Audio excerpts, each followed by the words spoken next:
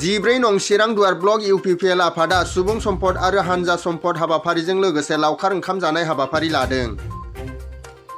दिनै हेल' बाजार साखाथियाव थानाय बर' दैलाम लावखार ओंखाम जाग्रा थावनियाव सुबुं सम्पद आरो हानजा सम्पद हाबाफारिजों लोगोसे लावखार ओंखाम जानाय हाबाफारि बानजायदों 14 नं चिरां दुवार ब्लक इउपिपिएल आफादा। लोगोसे बे हाबाफारिनि गेजेरजों 14 नं चिरां दुवार ब्लकनि सिङाव थानाय मोनफ्रोमबो सोरखारि बिथिंजों हाबा मावनाय आरो मावनांगौनि सायाव गुवारै सावरायलायनाय हाबाफारिबो लादों। दिनैहाय आं नोंथांमोन गासैनिबो खौरांगिरि नोंथांमोननिसिम आंनि गोसो गोरबोनि 2023 मायथाइनि गोदान बोसोरनि आङो गाहाम हामलायनाय नोंथांमोननो जासिबाय।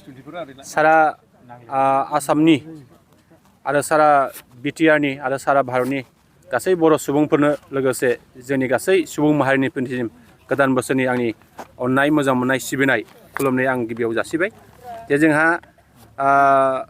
14 नं चिरां दुवार ब्लक कमिटि इउपिपिएल दोलोआ दिनैहाय जोङो 2023 मायथाइनि जे गोदान बोसोरजों लोब्बा लाखिनानै जोङो इउपिपिएल दोलोनि जोंहा माखासे बिथोन बायदि जा हानजा सम्पद मोनसे जा हाबाफारि दङ, बे हानजा सम्पद बे हाबाफारिखौ दिनैहाय नैबे जोंनि 14 नं चिरां दुवार ब्लक कमिटि इउपिपिएलनि सिङाव थानाय जोंहा रुनिखातानि नैबे बुहुर ब्रिजनि जे हेल' बाजारनि जेनेबा गेवलां फोथाराव जों मोनसे सावरायलायनाय जे हाबाफारि जों बेखौ लादों।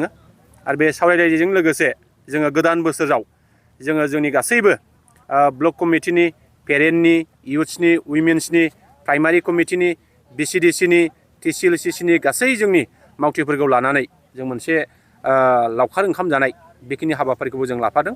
आरो जोङो बेखौनो फोरमायनो लुबैदों जे 2023 मायथाइयाव जोंनि दोलोनि जेसेबांनाखि जोङो खामानि मावनो लानाय बे खामानि मावनो लानाय जाहाथे हाबाफारिफ्रा जाहाथे जोङो गोसो मोदोम जिउ होसारनानै बयबो जाहाथे खामानि मावनो हायो। आरो जोङो जोंनि दोलोनि माखासे थांखि आरो नोजोरखौ लानानै जों जेब्लाबो जाहाथे लामा आवगायलांनो हायो। आरो फैबाय थानाय समाव जोङो गासै हारि माहारि बिथांमोनखौ लानानै जोंनि बे ओनसोलाव थानाय जेसेबांनाखि जेंनाफोर दङ, बे जेंनाफोरखौ जोङो मोनफानि उनाव मोनफा जोङो मावफुंनायनि थाखाय जोङो दिनैनि नैबे हाबाफारिनि गेजेरजों सावरायलायनायनि मोनसे गोख्रों थांखि लानानै खामानि मावनो जोङो दिनै सिगांदों। आसलते इउपिपिएलनि अनगायै गुबुन गुबुन राजनितिक हान्जाफ्रा 14 नं समस्तियाव जेबो मावनो हायाखै, जेबो डेभेलपमेन्टनि खामानि मावनो हायाखै, बेबायदि गुबुन गुबुन खोथाजों इउपिपिएल राजनितिक हान्जाखौ सोंखारिदों। बेयाव नोंथाङा मा बुङो? मावनो हादों बा हायाखै? जोंथ' दिनैहाय 2 बोसोरनि गेजेराव जोङो 14 नं चिरां दुवार ब्लक कमिटि इउपिपिएलनि सिङाव जोंनि बिटिआर सरकार, बे बिटिआर सरकारनिफ्राय जोङो जथेस्थ' जोंनि माखासे जौगानायनि जिखिनि खामानिफोर बे खामानिफोरखौ निस्सय जोङो मावनो हादों होननानै जोङो बुंनो हायो। जा गुबुन माखासे अपोजिसननि दैदेनगिरिफ्रा निस्सय बेखौ बुंखागोनखा। आरो जोङो दिनै बुंनो हायो थांनाय 17 बोसोराव नैबे 14 नं चिरां दुवार समस्तियाव बिथांमोनहा जेरैबायदि खामानि मावनो हानांगौमोन बे खामानिखौ निस्सय बिथांमोनहा मावनो हायाखै। आरो जों दिनै बुंनो हायो जे जोंनि नैबे 14 नं चिरां दुवार समस्तियाव दिनैसिम जों गोबां माखासे खामानिफोर जों दिनै मावबोगासिनो दङ आरो मावलांबाय थानायनि जेखिनि हाबाफारि बे सोलिगासिनो दङ।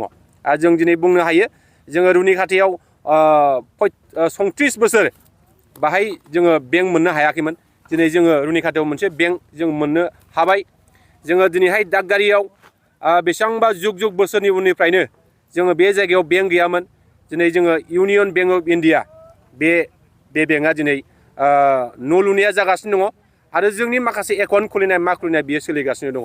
आरो जोंनि समस्तियाव जोङो जथेस्थ' दिनैहाय गुबुन गुबुन माखासे मोजां फसंथानफोर बे फसंथानफोरखौ जों दिनैहाय गायसननो थांगासिनो दङ। आरो बियो जोंहा नैबे 2023 मायथाइनि गेजेराव गोबां माखासे फसंथानफ्रा जोंनि गेजेराव फैनो हागौ, जों बेखौ बुंनो हायो दिनैहाय। क'क्राझार लकसभा एसटि सिटखौ बोखारनायनि सायाव नोंथाङा मा बुङो? जोंहाथ' जोङो बेखौ गोख्रोङै बुंनो हायो जे जोंहा बर' हारिया बे ओनसोलनि बा क'क्राझार लकसभा समस्तियाव जोंहा थोजासे जोंहा बर' सुबुं सानखो जा दंखायो। एसटि हारिनि सुबुंफ्रा बाहाय बांसिन दंखायो। दा बेनिखायनो भारत सरकारा बे क'क्राझार लकसभा समस्तिखौ एसटि हिसाबै लाखिबाय थानाय जादों। आरो दानि डिलिमिटेसन कमिसननि जिखिनि दाफामफिननाय जे हाबाफारि, बे दाफामफिननाय हाबाफारियावबो जोङो मिजिं खालामो भारत सरकार, आसाम सरकार आरो बिटिआर सरकारा बिनि सायाव मोजां मोनसे सिन्थानि गेजेरजों जोंनि नैबे क'क्राझार लकसभाखौ जोंहा एसटि रिजार्भेसन हिसाबै जों मोननो हागोन। आरो बेखौ जोङो दिनै रोखा बुंनो हायो।